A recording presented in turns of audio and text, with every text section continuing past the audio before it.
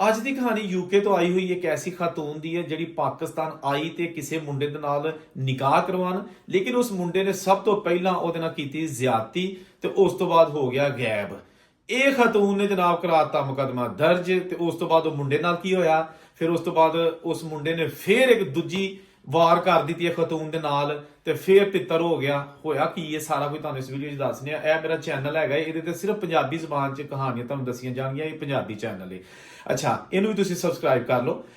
ਇਹ ਜਿਹੜੀ ਖਾਤੂਨ ਦਾ ਨਾਮ ਹੈ ਸਾਰਾ ਦੱਤੂ ਔਰ ਇਹ ਪਾਕਿਸਤਾਨੀ ਨਹੀਂ, ਇਹ ਯੂਕੇ ਬੌਰਨ ਹੈਗੀ ਹੈ। ਅੱਬਾ ਇਹਦਾ ਅਰਬੀ, ਮਾਂ ਇਹਦੀ ਯੂਕੇ ਦੀ ਤੇ ਇਹ ਜਨਾਬ ਐ ਸਿਰ ਜਵਾਨ ਕੁੜੀ। ਇਹਨੇ ਸ਼ਾਦੀ ਕਰਨ ਵਾਸਤੇ ਜਿਹੜੀਆਂ ਵੈਬਸਾਈਟਾਂ ਬਣੀਆਂ ਹੁੰਦੀਆਂ ਨੇ ਸ਼ਾਦੀ ਦੀਆਂ, ਉੱਥੇ ਆਪਣੇ ਆਪ ਨੂੰ ਰਜਿਸਟਰ ਕੀਤਾ ਤੇ ਪਾਕਿਸਤਾਨ ਵੀ ਬੇਸ਼ੁਮਾਰ ਉੱਤੇ ਮੌਜੂਦ ਨੇ, ਪੂਰੀ ਦੁਨੀਆ ਦੇ ਲੋਕ ਹੁੰਦੇ ਨੇ।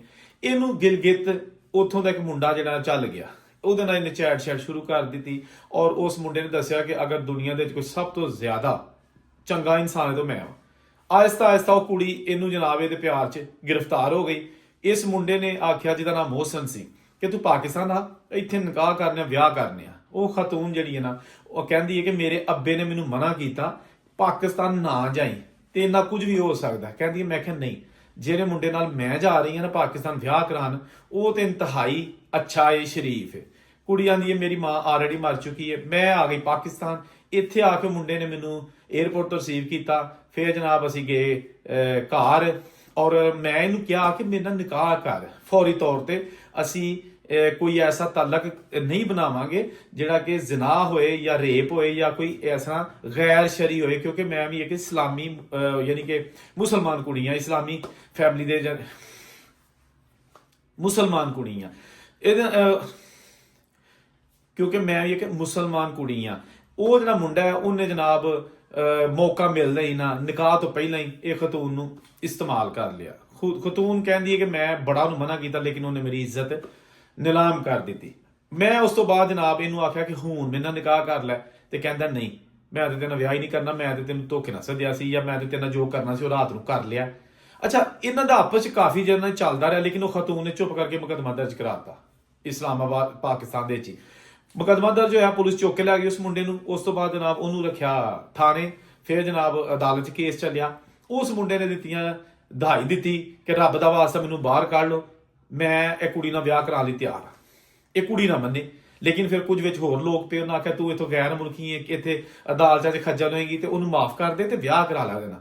ਇਹ ਕੁੜੀ ਆਂਦੀ ਹੈ ਮੈਂ ਮੰਨ ਗਈ। ਮੈਂ ਕਿਹਾ ਚਲੋ ਠੀਕ ਹੈ। ਉਸ ਮੁੰਡੇ ਨੂੰ ਪੈਰੋਲ ਤੇ ਰਿਹਾ ਕੀਤਾ, ਅਦਾਲਤ 'ਚੋਂ ਕੱਢਿਆ ਕਿ ਜਾ ਕੇ ਵਿਆਹ ਕਰਾ, ਤੇਰੀ ਪੱਕੀ ਜ਼ਮਾਨਤ ਨਹੀਂ, ਵਿਆਹ ਕਰਾਉਣ ਦੀ ਜ਼ਮਾਨਤ ਤੇ। ਉਹ ਮੁੰਡੇ ਨੇ ਫੌਰੀ ਤੌਰ ਤੇ ਬਾਹਰ ਆ ਕੇ ਇਹਦੇ ਨਾਲ ਕੀਤਾ ਨਿਕਾਹ ਕਰ ਲਿਆ। ਲੇਕਿਨ ਪਹਿਲੀ ਰਾਤ ਨੂੰ ਉਹਨੂੰ ਕਹਿੰਦਾ ਕਿ ਇਸ ਤਰ੍ਹਾਂ ਕਿ ਨਿਕਾਹ ਤੇ ਅਸਾਂ ਕਰ ਲਿਆ, ਮੀਆਂ ਬੀਵੀ ਤੇ ਅਸੀਂ ਬਣ ਗਏ ਆ। ਹੁਣ ਮੇਰੇ ਤੇ ਮੁਕੱਦਮਾ ਜਿਹੜਾ ਨਾ ਤਾਂ ਖਾਰਜ ਹੋਣਾ ਹੈ ਕਿ ਅਗਰ ਉੱਥੇ ਜਾ ਕੇ ਬਿਆਨ ਤੋਂ ਦੇ ਦੇ ਕਿ ਮੈਂ ਜੀ ਇਹਨੂੰ ਜਿਹੜਾ ਜ਼ਿਆਦਤੀ ਵਾਲਾ ਕੇਸ ਉਹ ਚ ਮਾਫ ਕੀਤਾ।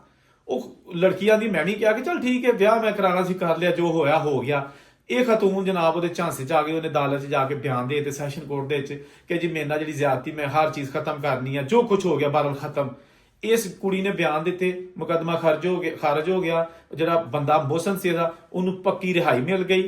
3 ਦਿਨ ਬਾਅਦ ਮੋਹਸਨ ਨੇ ਤਲਾਕ ਦੇ ਦਿੱਤੀ। ਸੁਣੀ ਜਾਏ ਜਰਾ, ਕਰਤੂਤ ਵੇਖੀ ਜਾਵੇ ਮੋਹਸਨ ਦੇ, ਕਾਰਨਾਮੇ ਸੁਣੀ ਜਾਵੇ। ਫਿਰ ਲੋਕ ਕਹਿੰਦੇ ਨੇ ਜੀ ਪਾਕਿਸਤਾਨੀ ਮੁੰਡੇ ਇੰਝ ਦੇ, ਹਾਲਾਂਕਿ ਬਹੁਤ ਅੱਛੇ ਨੌਜਵਾਨ ਨੇ ਸਾਡੇ ਦੋਸਤ ਭਾਈ, ਲੇਕਿਨ ਇਸ ਤਰ੍ਹਾਂ ਦੀਆਂ ਕਾਲੀਆਂ ਭੇਡਾਂ ਜਿਹੜੀਆਂ ਨਾ ਉਹ ਸਿਰਫ ਇਹ ਤਾੜ ਦੇ ਹੁੰਦੀਆਂ ਕਿ ਕੁੜੀ ਲੱਭੀਏ ਤੇ ਵਰਤੀਏ। ਅੱਛਾ, ਆਹ ਹੁਣ ਤੁਹਾਨੂੰ ਦੱਸਦੇ ਆ ਉਸ ਤੋਂ ਬਾਅਦ ਕੀ ਹੋਇਆ। ਜਦੋਂ ਕੁੜੀ ਨੇ ਤਲਾਕ ਦੇ ਦਿੱਤੀ ਔਰ ਫਿਰ ਗਾਇਬ ਹੋ ਗਿਆ। ਹੁਣ ਕੁੜੀ ਨੇ ਜਨਾਬ ਫੇਰ ਵਕੀਲ ਕੀਤਾ ਔਰ ਆਖਿਆ ਕਿ ਜਨਾਬ ਮੇਰੇ ਨਾਲ ਧੋਖਾ ਹੋ ਗਿਆ। ਧੋਖਾ ਕੀ ਹੋ ਗਿਆ ਕਿ ਉਹ ਤੇ ਹੱਥ ਕਰ ਗਿਆ, ਗੇਮ ਕਰ ਗਿਆ ਮੋਹਸਨ। ਫਿਰ ਜਨਾਬ ਵਕੀਲਾਂ ਨੇ ਜਨਾਬ ਭਲਾ ਹੋਇਆ ਵਕੀਲਾਂ ਦਾ, ਉਹਨਾਂ ਆਖਿਆ ਜੀ ਅਸੀਂ ਤੈਨੂੰ ਇਨਸਾਫ ਦਿਲਾਵਾਂਗੇ। ਹੁਣ ਵਕੀਲਾਂ ਦੀ ਕੋਸ਼ਿਸ਼ ਜਿਹੜੇ ਇਹਦੇ ਮੁਅੱਜ਼ਜ਼ ਨੇ ਲਾਇਰ ਹਾਇਰ ਕੀਤੇ ਨੇ, ਉਹਨਾਂ ਨੇ ਵਕੀਲਾਂ ਨੇ ਜਨਾਬ ਕੋਸ਼ਿਸ਼ ਕੀਤੀ ਹੈ ਕਿ ਹੁਣ ਇਸਲਾਮਾਬਾਦ ਹਾਈ ਕੋਰਟ ਦੇ ਵਿੱਚ ਦੁਬਾਰਾ ਅਪੀਲ ਕੀਤੀ ਜਾਏ ਕਿ ਜਿਹੜਾ ਇਹਦੇ ਤੇ ਉਹ ਪਹਿਲਾਂ ਰੇਪ ਦਾ ਮੁਕੱਦਮਾ ਸੀ ਉਹ ਦੁਬਾਰਾ ਅਸੀਂ ਉਠਾਉਣਾ ਚਾਹੁੰਦੇ ਹਾਂ। ਮੁੰਡਾ ਜਿਹੜਾ ਨਾ ਉਹ ਅਸੀਂ ਨਹੀਂ ਉਹਨੂੰ ਮਾਫ ਕੀਤਾ।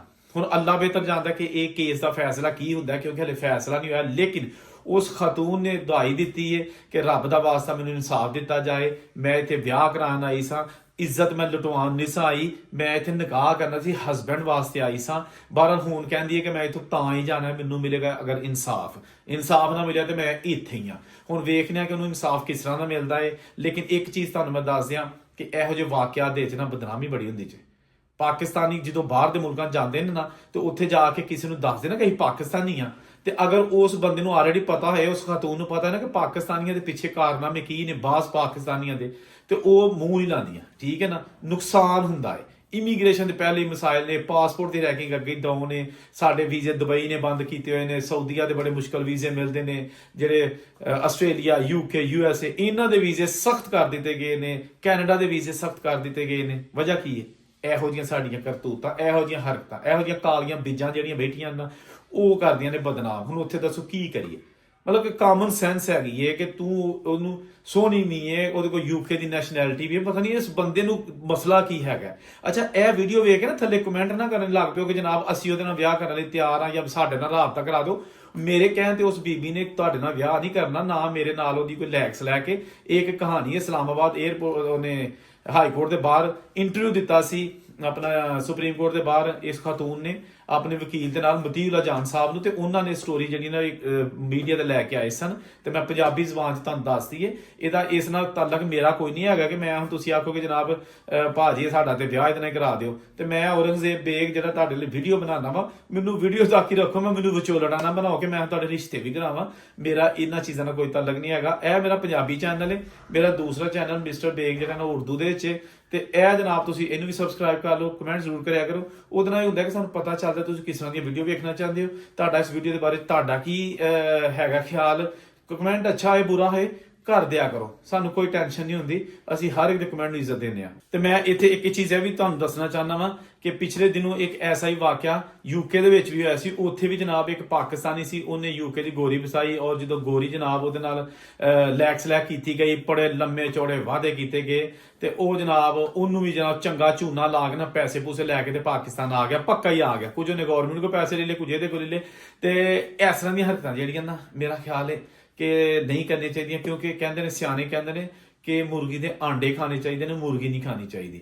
ਆਂਡੇ ਖਾਓਗੇ ਜ਼ਿਆਦਾ ਦੇਰ ਤੱਕ ਚੱਲੇਗਾ ਔਰ ਮੁਰਗੀ ਵੀ ਬਚੀ ਰਹੇਗੀ। ਜੇ ਤੁਸੀਂ ਡਾਇਰੈਕਟ ਮੁਰਗੀ ਨੂੰ ਤਕਬੀਰ ਪਾ ਲਈ ਤੇ ਫਿਰ ਜਨਾਬ ਆਂਡੇ ਵੀ ਗਏ ਤੇ ਮੁਰਗੀ ਵੀ ਗਈ। ਕੀ ਖਿਆਲ ਹੈ? ਇਹ ਗੱਲਾਂ ਐਵੇਂ ਨਹੀਂ ਬਣੀਆਂ ਜਾਂਦੀਆਂ। ਲੇਕਿਨ ਅਸੀਂ ਆਨੇ ਕਿ ਨਹੀਂ, ਇਹ ਜੱਗ ਮਿੱਠਾ ਅਗਲਾ ਕਿਸ ਡਿੱਠਾ, ਪਹਿਲਾਂ ਹੋਣ ਦੇ ਇਹਨੂੰ ਖਾਓ ਹਸਾਰੇ ਨੂੰ, ਤੇ ਕੱਲ ਜੋ ਹੋਏਗਾ ਵੇਖੀ ਜਾਏਗੀ। ਫਿਰ ਕੀ ਵੇਖੀ ਜਾਣੀ ਹੁੰਦੀ ਹੈ? ਆਪਣੀ ਵੀ ਇੱਜ਼ਤ, ਹਰ ਚੀਜ਼ ਬਰਬਾਦ, ਜਨਾਬ ਮੁਲਕ ਦੀ ਵੀ ਹਰ ਚੀਜ਼ ਬਦਨਾਮ ਕਰਨ ਦੀ ਕੋਸ਼ਿਸ਼ ਕੀਤੀ ਗਈ, ਤੇ ਘਰ ਵਾਲਿਆਂ ਦੀ ਵੀ।